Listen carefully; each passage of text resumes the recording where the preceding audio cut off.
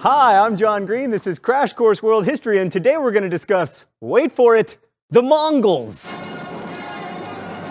So you probably have a picture of the Mongols in your head. Yes, that's the picture. Brutal, bloodthirsty, swarthy, humorously mustachioed warriors riding the plains, wearing fur, eating meat directly off the bone, saying bar, bar, bar, bar, bar, bar, bar. In short, we imagine the Mongol Empire as stereotypically barbarian. And that's not entirely wrong. But if you've been reading recent world history textbooks like we here at Crash Course have, you might have a different view of the Mongols, one that emphasizes the amazing speed and success of their conquests, how they conquered more land in 25 years than the Romans did in 400, how they controlled more than 11 million contiguous square miles. And you may even have read that the Mongols basically created nations like Russia and even Korea. One historian has even claimed that the Mongols smashed the feudal system and created international law. Renowned for their religious tolerance, the Mongols, in this view, created the first great free trade zone, like a crazy medieval Eurasian NAFTA. And that's not entirely wrong either. Stupid truth, always resisting simplicity.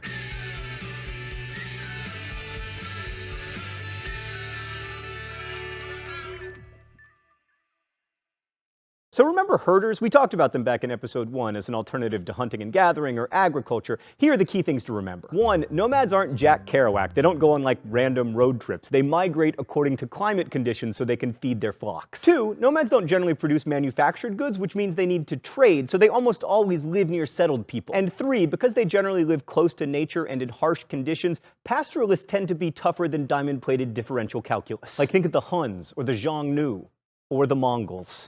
Okay, Stan, that's enough. Back to me. Come, Stan, I am the star of the show, not the Mongols! Hi. Sorry about that. Right, so one last thing. Pastoral people also tend to be more egalitarian, especially where women are concerned. Paradoxically, when there's less to go around, humans tend to share more, and when both men and women must work for the social order to survive, there tends to be less patriarchal domination of women, although Mongol women rarely went to war. I can't tell your gender. I mean, you've got the pants, but then you also have the floopity-flop, so...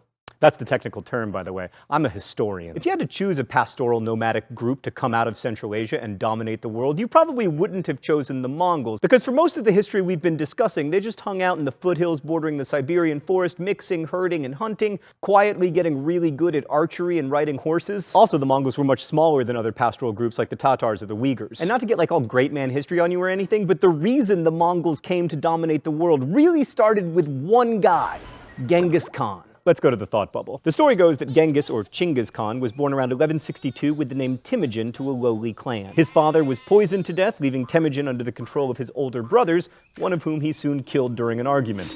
By 19, he was married to his first and most important wife, Borte, who was later kidnapped. This was pretty common among the Mongols. Temujin's mom had also been kidnapped. In rescuing his wife, Temujin proved his military mettle, and he soon became a leader of his tribe, but uniting the Mongol confederations required a civil war, which he won, largely thanks to two innovations. First, he promoted people based on merit rather than family position, and second, he brought lower classes of conquered people into his own tribe while dispossessing the leaders of the conquered clans. Thus, he made peasants love him.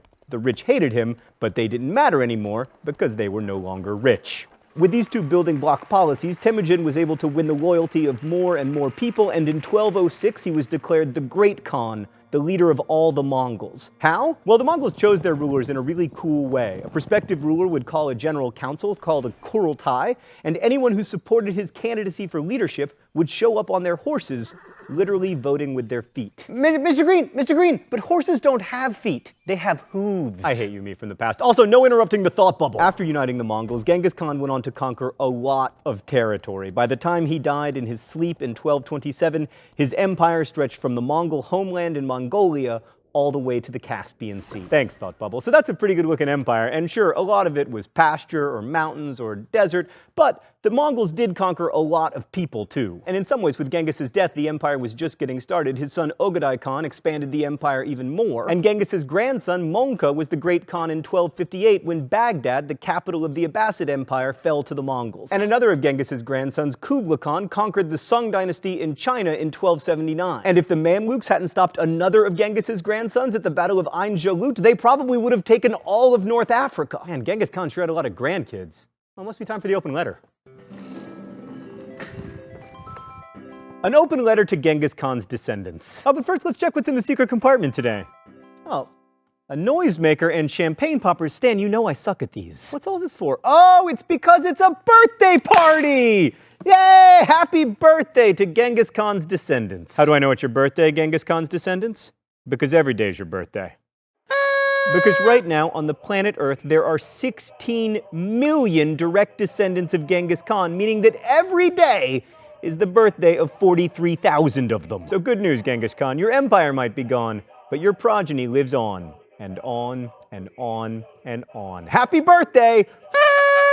Best wishes, John Green. Unfortunately for the Mongols, those guys weren't always working together because Genghis Khan failed to create a single political unit out of his conquests. Instead, after Genghis's death, the Mongols were left with 4 really important empires called Khanates. The Yuan dynasty in China, the Ilkhanate in Persia, the Chagatai Khanate in Central Asia, and the Khanate of the Golden Horde in Russia. If you remember all the way back to the Hellenistic period, this is similar to what happened to another good general who wasn't much for administration, Alexander the Great. Also, neither of them ever conquered India. The Mongols succeeded primarily because of their military skill. Genghis Khan's army, which never numbered more than 130,000, was built on speed and archery, just like this guy. Mongol mounted archers were like super fast tanks compared to the foot soldiers and knights they were up against. But wait, all the military history nerds are saying, once people knew the Mongols were coming, why didn't they just hole up in castles and forts? It's not like the Mongols had flying horses. Except they did.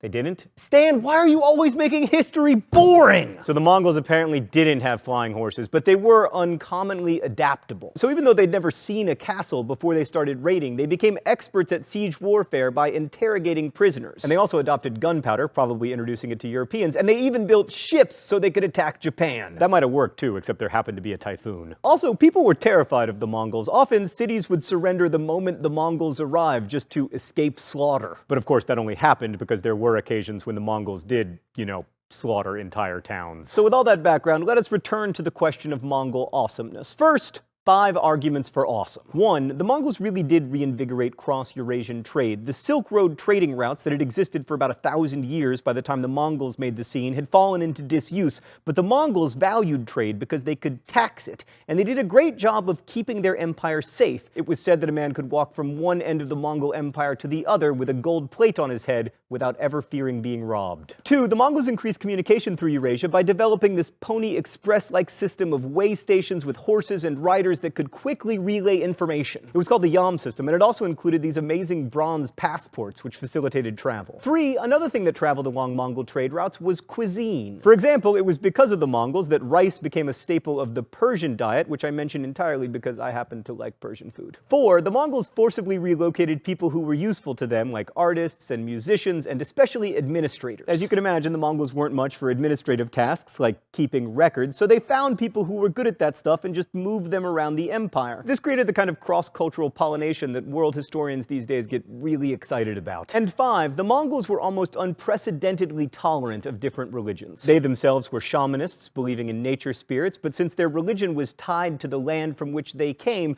they didn't expect new people to adopt it, and they didn't ask them to. So you could find Muslims and Buddhists and Christians and people of any other religion you can think of prospering throughout the Mongol Empire. And it's that kind of openness that has led historians to go back and reevaluate the Mongols, seeing them as kind of a precursor to modernity. But there is another side of the story that we should not forget, so here are 5 reasons why the Mongols might not be so great. 1. Here is Genghis Khan's definition of happiness. The greatest happiness is to vanquish your enemies, to chase them before you, to rob them of their wealth, to see those dear to them bathed in tears, to clasp to your bosom their wives and daughters. Off topic, but if that quote rings a bell, it might be because Oliver Stone blatantly plagiarized Genghis Khan in the movie Conan the Barbarian. 2 is an extension of 1. The Mongols were seriously brutal conquerors. I mean, not uniquely brutal, but still. The Mongols often destroyed entire cities, and most historians estimate the number they killed to be in the millions. 3, their empire didn't last. Within 80 years, they'd left China and been replaced by a new dynasty, the Ming, and in Persia, they blended in so completely that by the 15th century, they were totally unrecognizable.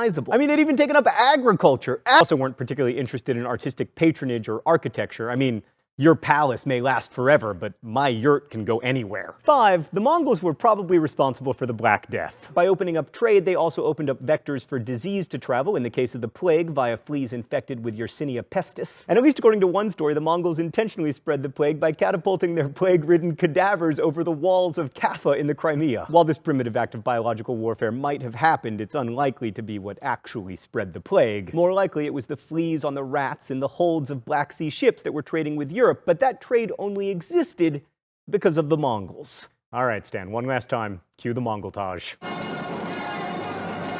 So the Mongols promoted trade, diversity, and tolerance, and they also promoted slaughter and senseless destruction. And what you think about the Mongols ends up saying a lot about you. Do you value artistic output over religious diversity? Is imperialism that doesn't last better or worse than imperialism that does? And are certain kinds of warfare inherently wrong? If you think those are easy questions to answer, then I haven't been doing my job. Regardless, I look forward to reading your answers in comments. Thanks for watching, and I'll see you next week. Crash Course is produced and directed by Stan Muller. Our script supervisor is Danica Johnson. The show is written by my high school history teacher Raoul Meyer and myself, and our graphics team is shirt, link in the video info. Thanks for watching Crash Course. Nobody can beat Crash Course viewers. Well, except for the Mongols.